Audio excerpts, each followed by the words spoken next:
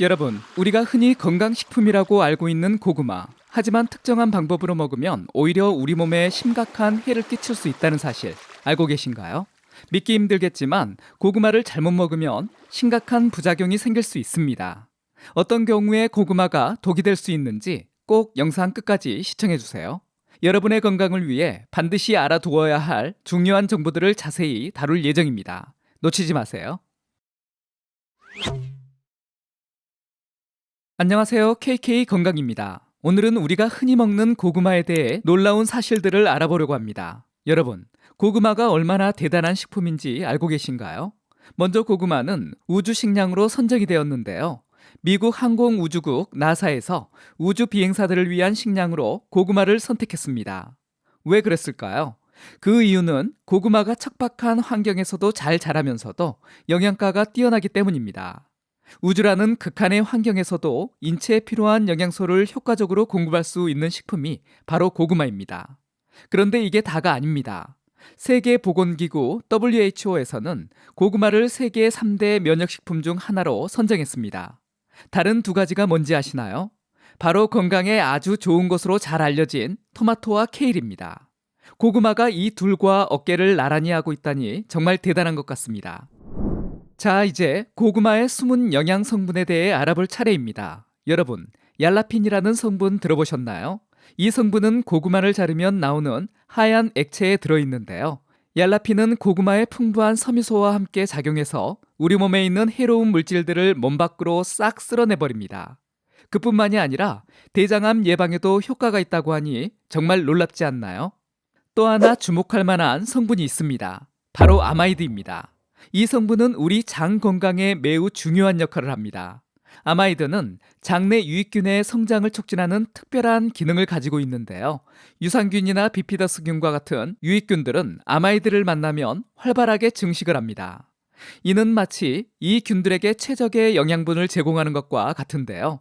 그 결과 우리의 장내 환경이 크게 개선됩니다. 건강한 장내 균총은 전반적인 소화기능 향상, 면역력 증진, 그리고 전체적인 건강 상태의 개선으로 이어집니다. 이처럼 고구마 속 아마이드는 우리 몸의 중요한 부분인 장 건강을 지키는데 큰 도움을 줍니다. 고구마를 섭취할 때마다 이런 건강상의 이점을 얻을 수 있다는 점 정말 흥미롭지 않나요? 여러분, 충격적인 통계부터 하나 말씀드려 볼게요. 우리나라가 세계에서 대장암 발병률 1위라는 사실 알고 계신가요? 안타깝게도 정말 사실입니다. 대한대장학문학회와 대한암협회에서는 이 심각성을 알리기 위해 매년 9월을 대장암의 달로 지정했습니다. 그렇다면 왜 우리나라의 대장암 발병률이 이렇게 높을까요? 주된 이유는 우리의 식습관에 있습니다. 맵고 짠 자극적인 음식, 기름진 서구식 식단이 주요 원인이에요. 여기에 흡연, 과도한 음주, 그리고 현대인의 고질병인 스트레스까지 더해지면 대장암 위험은 더욱 높아집니다. 하지만 여러분, 알고 계시죠? 앞에서도 언급했듯이 고구마가 대장암 예방에 큰 도움이 된다는 사실인데요. 고구마의 베타카로틴, 카로티노이드, 얄라핀, 아마이드 등의 영양소가 각종 유해 성분을 흡착하고 배출하며 변비 개선, 대장암 예방 효과까지 정말 암 예방에 특히 좋은 식품이 됩니다. 그런데 이렇게 좋은 고구마도 잘못 먹으면 오히려 암 위험과 건강이 나빠집니다. 어떤 경우를 조심해야 하는지 지금부터 하나하나 알려드리겠습니다. 여러분, 고구마가 독이 되는 경우 첫 번째는 혈당이 높은 사람들입니다. 당뇨병 환자나 당뇨 전 단계인 분들, 그리고 가족력이 있는 분들은 특히 조심해야 합니다. 왜 그럴까요? 고구마의 혈당 지수가 생각보다 높기 때문인데요. 여기서 재미있는 사실 하나 알려드릴게요. 생고구마와 익힌 고구마의 혈당 지수가 완전히 다르다는 겁니다. 생고구마의 혈당 지수는 55 정도로 그리 높지 않습니다. 하지만 익히면 이야기가 달라지는데요. 왜 그럴까요? 고구마 안에 있는 베타 아밀라제라는 효소 때문인데요. 이 효소가 열을 받으면 활성화되면서 고구마 안에 있는 전분을 당으로 바꿔버립니다. 이걸 당화작용이라고 하는데 이 때문에 익힌 고구마가 더 달콤하게 됩니다. 그럼 조리 방법에 따라 혈당 지수가 어떻게 달라질까요? 생고구마는 55, 8분간 삶은 고구마는 61, 30분간 삶은 고구마는 46, 찐 고구마는 93, 구운 고구마는 82에서 94까지 나옵니다. 놀랍지 않나요? 특히 군 고구마가 혈당 지수가 높은 이유는 오래 익히는 동안 당화작용이 충분히 일어나기 때문입니다. 그래서 당뇨병 환자분들은 고구마를 드실 때 주의가 필요하고요. 생고구마나 30분 정도 충분히 물에 넣고 삶은 고구마가 가장 좋습니다. 그리고 하루에 100g 이내로 드시는 게 좋은데요.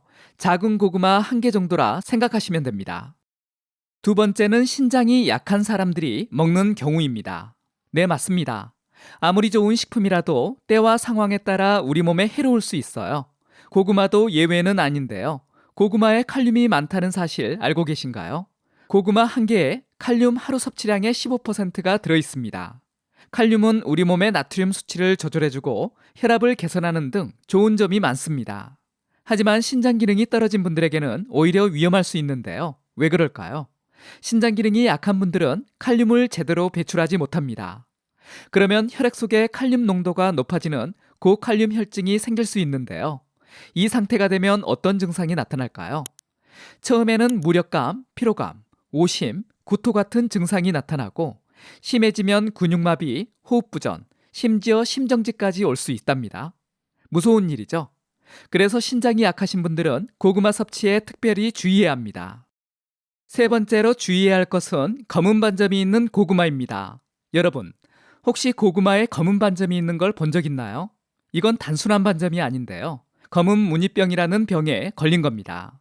이 병은 고구마를 수확할 때 생긴 상처로 균이 침투하거나 잘못 보관해서 생기는 병인데요. 이 검은 무늬병에 걸린 고구마에는 이포메아마론이라는 강력한 독소가 들어있어요. 이 독소를 섭취하면 어떤 일이 일어날까요? 속이 메스껍고 고열과 복통, 설사가 나타나고 심하면 호흡 장애까지 생길 수 있습니다.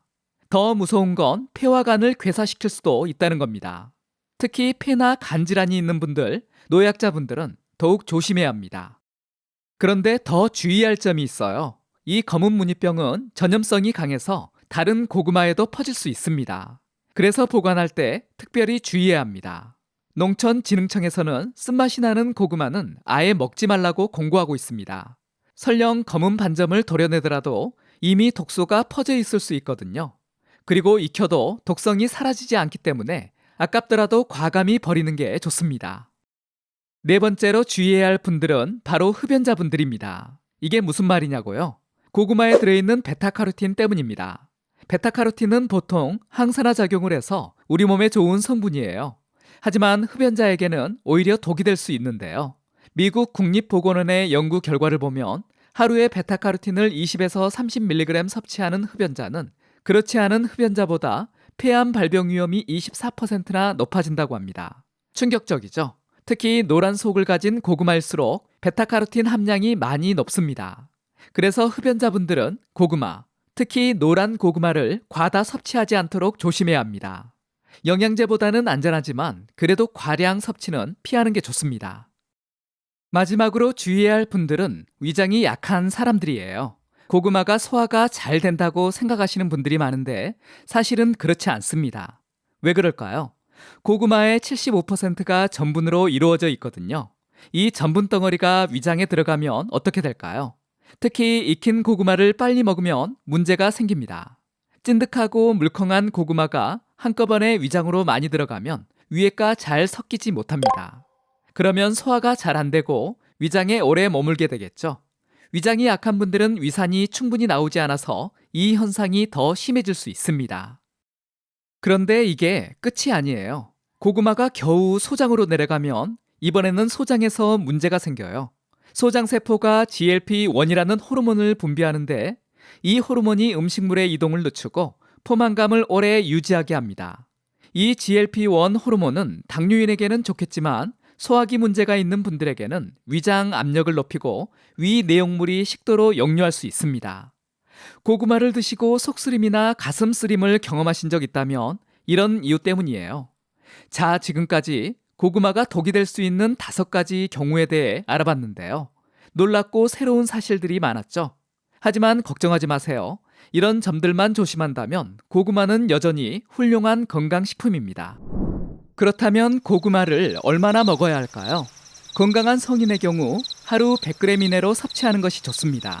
100g이면 작은 고구마 1개 정도입니다. 특히 당뇨병 환자나 혈당 관리가 필요한 분들은 이 양을 꼭 지키는 게 좋겠죠. 특히 당뇨병 환자라면 찌거나 굽는 방식은 피하시고 반드시 물에 30분 이상 삶아서 드세요. 이렇게 하면 고구마의 혈당 지수를 46까지 낮출 수 있습니다. 자, 여기서 흥미로운 팁을 하나 더 알려드릴게요. 고구마를 동치미와 함께 먹으면 어떨까요? 소화가 잘 안 되시는 분들 이 조합으로 드시면 소화가 훨씬 잘 됩니다. 왜 그럴까요? 동치미에 들어있는 무에는 아밀라아제라는 효소가 풍부하게 들어있기 때문입니다. 이 효소는 탄수화물을 분해하는 데 아주 중요한 역할을 하는데요. 고구마는 75%가 전분으로 이루어진 탄수화물 덩어리인데 무의 아밀라아제가 이 전분을 잘게 쪼개줍니다. 그 결과 소화가 훨씬 잘 되는 거죠. 특별히 주목할 점은 무 껍질을 함께 먹는 것이 중요하다는 거예요. 왜냐하면 아밀라아제가 무 껍질에 가장 많이 함유되어 있기 때문입니다. 그래서 동치미 만들 때는 꼭 껍질까지 이용하는 게 좋습니다. 이 먹는 방법은 당뇨병 환자분들에게도 유용한데요. 30분 이상 삶은 고구마를 동치미와 함께 드시면 혈당 상승도 억제하고 소화도 촉진할 수 있어 일석이조입니다. 다만 동치미는 나트륨 함량에 주의해야 합니다. 저염으로 만든 동치미를 선택하거나 동치미 국물은 적당히 드시는 게 좋습니다. 여러분, 고구마가 얼마나 영양가 있는 식품인지 또 어떤 경우에 조심해야 하는지 함께 알아봤죠. 특히 당뇨병 환자나 신장이 약한 분들, 흡연자분들은 고구마 섭취에 더욱 주의를 기울여야 한다는 점을 꼭 기억해 주세요. 오늘 알아본 내용을 잘 활용하셔서 더욱 건강하고 행복한 일상을 보내시기 바랍니다. 지금까지 KK 건강이었습니다. 감사합니다. 이번 영상이 도움이 되셨다면 다른 분들에게도 공유해 주시고요. 구독하기, 좋아요 눌러주세요. 감사합니다.